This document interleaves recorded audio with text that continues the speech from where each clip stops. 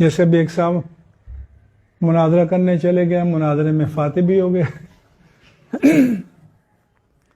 اب کوئی پوچھے کہ بھی مناظرہ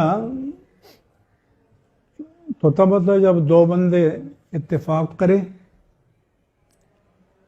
نمبر 2 یہ کہ مناظرے کا موضوع طے ہو۔ نمبر 3 یہ کہ دونوں کا موقف پہلے طے ہو کہ بھئی کیا ثابت کرنے اور کیا رد کرنا ہے۔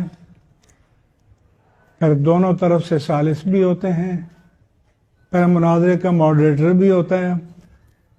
آپ کسی کے گھر باہر کھڑے ہو کر تصویر بنا کے آ جائیں اور آپ کے میں فاتح عالم ہو گیا اور واہ واہ ہوتی رہے۔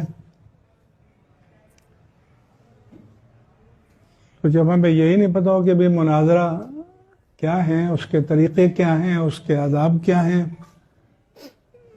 تو آٹومیٹک فاتح ہو جاتے ہیں۔